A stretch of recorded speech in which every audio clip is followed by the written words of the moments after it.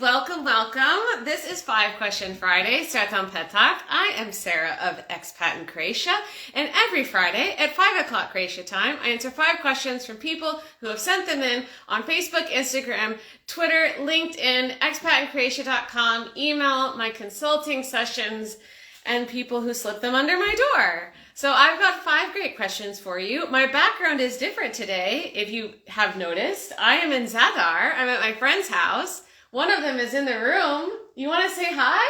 Sure. This is Rick. Rick's here with me today.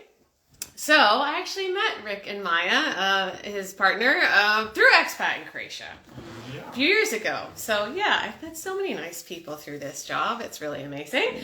So, okay.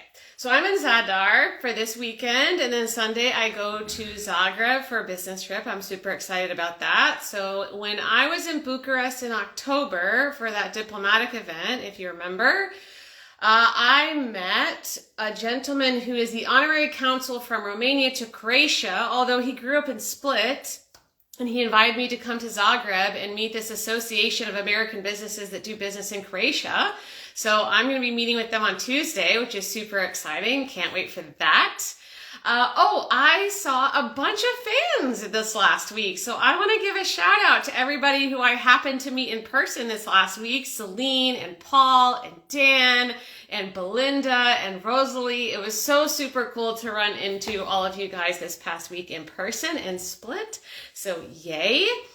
And a week from, no, not this week, 2 weeks from now, I will be doing 5 Question Friday from London, which is pretty cool. I bought this ticket to go see a comedy show back in May, and I finally get to go here in like 10 days, I think. Or actually I leave a week from Sunday. So yay, very exciting. Okay, I'm going to go ahead and dig into the questions. Thanks everybody for being here. All right, so this is the first question. This came from Sam on a consulting session.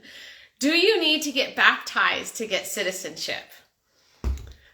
This was a really interesting question. So I have to, no, the answer is no. But I want to explain why he asked this question. So Sam was born in Bosnia and Herzegovina, and he was a refugee who left Bosnia, came to Croatia, was here for a little while, and then he went on to Canada. Now, after the war, there were a number of people from Bosnia and Herzegovina that were granted Croatian nationality, just kind of automatically. And for his parents to get him nationality, he had to be baptized. And I thought that was really interesting. And so some time ago last year, I was talking to one of our lawyers because we had another question that was kind of similar. Someone said, do you have to be Catholic to get Croatian citizenship? And the answer is no. And I mentioned that to my lawyer. I was like, why would someone ask that question? And she said, because if you're Catholic and you're from Bosnia and Herzegovina, then you're Croatian. So connecting the dots together of why he had to be baptized when he was a child to be able to get Croatian nationality, my guess is because being baptized showed that he was Catholic and therefore was Croatian. But that is not a rule now, so I want to make sure that that's clear. But I thought that was really interesting that was the case. I didn't realize that was a requirement at the time. So yeah, really fascinating. If you have Croatian heritage and you want to apply for citizenship, we have a very detailed guide on how to apply for citizenship by descent. Just send us a DM and we'd be happy to send it to you. We also have a guide if you're just applying for citizenship on any basis. So we can also send that to you. So just send us a message and we'd be happy to send it. Okay, we have a question.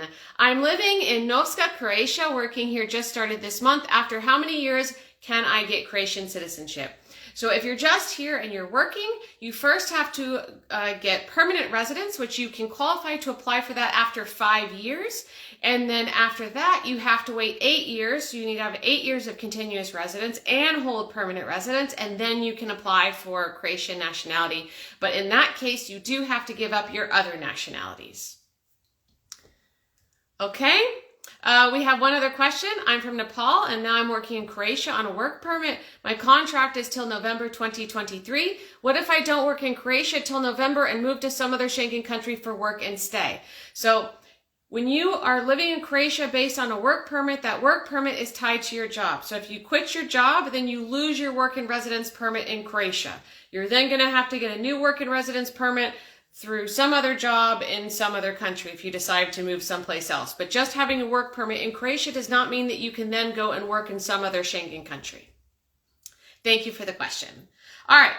Next up, this came from Noah. He submitted this through our 5-question Friday form. I have been in Croatia for 80 out of the 90 days allowed. On January 1, when we joined Schengen, how will this affect my allowed time of stay? Will I still only have 10 days left, or does the number reset? The number does not reset. You then still only have 10 days left. So last week, I think, we did an entire episode just on Schengen. So if you missed that and you're curious about how Schengen impacts you, then go back and take a look at that episode. But regardless, we're still getting tons of questions about Schengen. So in the coming future episodes, I will pepper some more Schengen questions in there. So this is related to Schengen. So with Schengen, you are allowed to spend 90 days in a 180-day period in the Schengen zone. But you are also only allowed 90 days in a 180-day period in Croatia. So his time didn't reset just because Croatia changed into Schengen, because he still, at that point, had already spent 80 days in Croatia, regardless of whether it was Schengen or not. Okay, we have a new question from Sandy B. Will I be taxed twice? There's a lot of information, more information than I would need to answer that question. So I'm going to speak about this at a high level. Whenever you are living in Croatia, your income tax is based on your residence. So Croatia's tax system is not citizenship based, it is residence based. After 183 days, you are considered a tax resident by law. That means you're obligated to report and potentially pay tax on your worldwide income. Now, some countries have double taxation treaties in place. But all of those tax treaties have different terms. So it really depends on where you make your income, what the terms of the double taxation treaty are, or if there is a treaty at all. So if you are unclear about what you are liable to pay in Croatia in terms of tax, we can always recommend a tax advisor, a vetted one, that can do an evaluation on your income and your tax situation and see how much tax you would have to pay in Croatia. No one should evade taxes in Croatia. That is a slippery slope. And it's also important to understand that if your country has a double taxation treaty in place, that means they're exchanging taxpayer information with that other country. So let's say, for example, the UK has a double taxation treaty in place with Croatia. That means Croatia can see UK taxpayer information. The UK can see Croatian taxpayer information. They can exchange that. And the US, for example, the U.S. just signed a double taxation treaty with Croatia. However, it's not in place yet. They just signed it. It hasn't been ratified yet. It still has to be ratified by the U.S. Senate and Croatian Parliament, and that can take up to a year or more for that to happen. So it's not technically in place yet.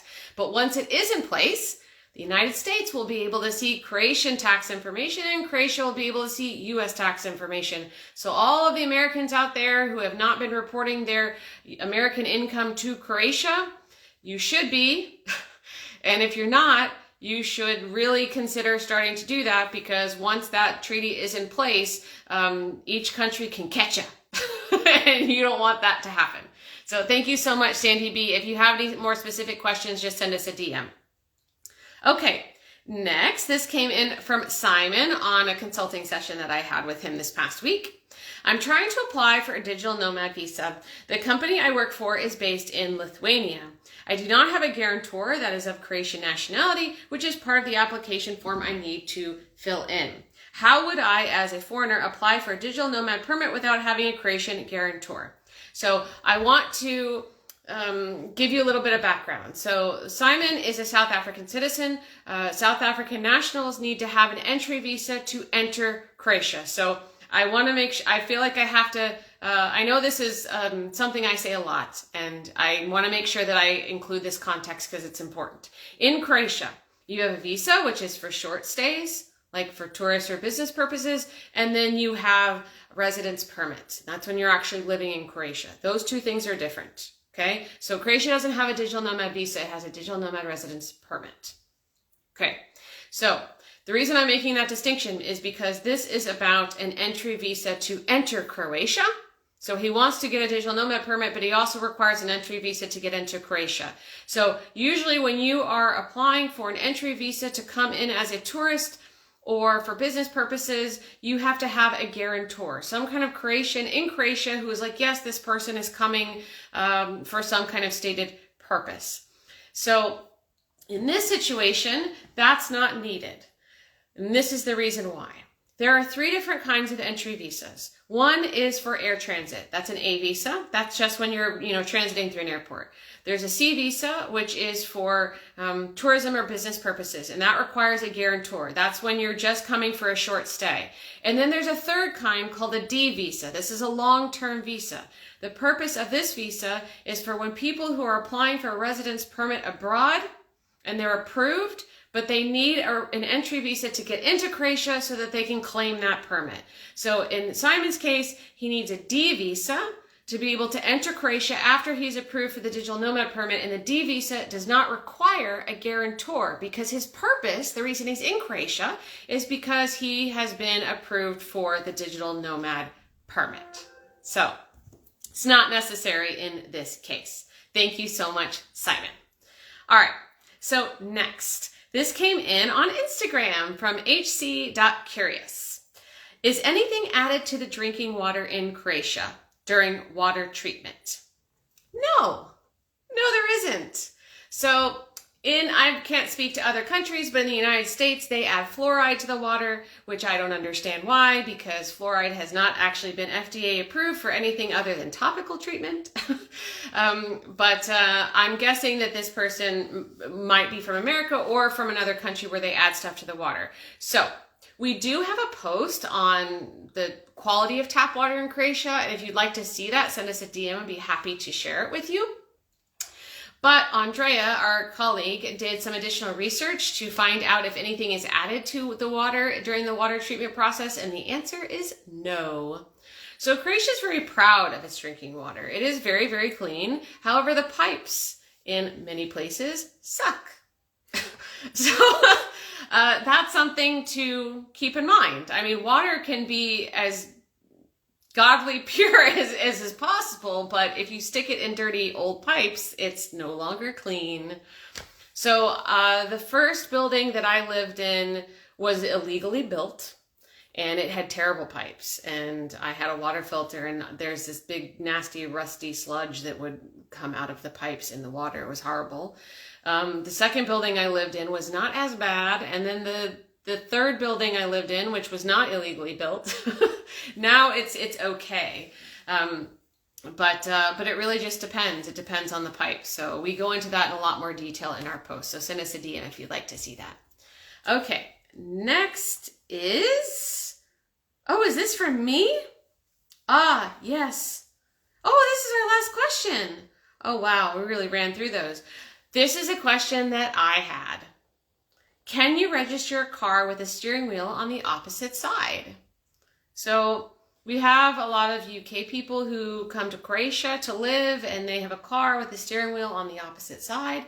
And I was curious if they're able to actually register those cars, because whenever you import a car into Croatia, you have to go through an import procedure, and part of that you have to go through a process called homologacija.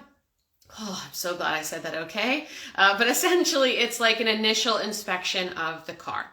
So we did a research on this and found that Andrea did a research. I want to give credit where credit is due. Andrea did a research and found out that it does not matter. It does not matter if the steering wheel is on the opposite side. So there's actually a quote that I want to provide to you. Regardless of the position of the steering wheel, importation, placing on the market, and first registration or use of a vehicle is permitted if the vehicle meets the requirements of the Ordinance on Vehicle Homologacija and if the general design features of the vehicle correspond to the requirements for right-hand traffic. Likewise, the Ordinance on the Technical Conditions of Vehicles and Traffic on Roads nowhere prescribes the obligation to have the steering wheel on the left or right side. So, the answer is it's fine. It's totally cool. Yeah.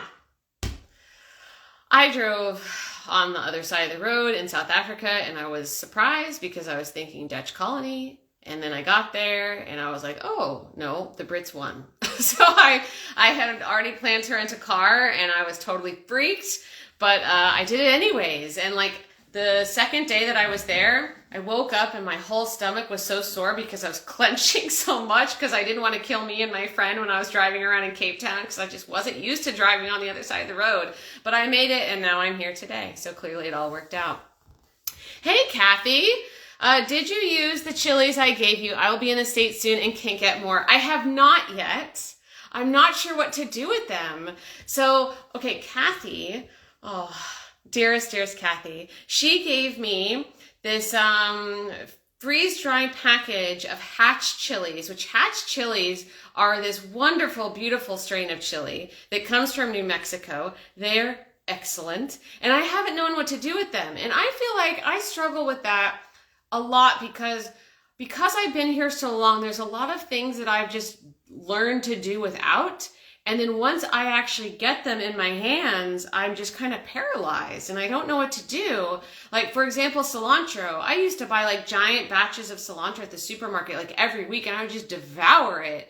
But now I don't have it in my life as much. So when I grow it at home, I find myself just wondering what to do with it, which is kind of a strange situation. So I'm totally up for any suggestions, Kathy or anyone out there who has any ideas on what I should do with them. I will say the last thing I remember having with hatch chilies, two things.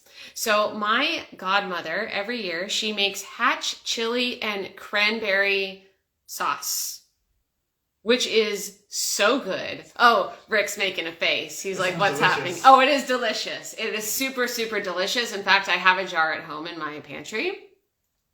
And then the other thing is these hatch chili enchiladas that were covered in like melted cheese that I had in Las Cruces, New Mexico. And like, now that I'm thinking about them, oh my goodness. Yeah. All right. I need to figure it out, Kathy. Alexis agrees. She says, I feel the same when you adjust, it's hard to change back. Yeah, it absolutely is. You just get used to it, you know? I think it's better that it's that way because if you're constantly kind of longing for these things that you don't have, like, are you really kind of just adjusting to where it is that you live, you know? I just found that it was getting too expensive to like bring all this stuff back from the United States, like in baggage fees and the costs and everything. And I was like, eventually I just realized that either I didn't need it or there was a suitable substitute here. You know what I mean? So, but that's about it, guys. So thank you so much for being here. If you're just joining us, we're almost over. And that's okay, because shortly I will post a recap and you'll be able to see everything from the very beginning. I really enjoy this time with you guys, and so I will be here next Friday with another 5 questions. And that's it. If you want to submit a question, just post it in the comments or send us a DM and we'll be happy to answer it here on 5 Question Friday. I'm Sarah of Expat in Croatia. Have a wonderful weekend. Vidi Mose. Thank you for being here. Bye, bye, bye.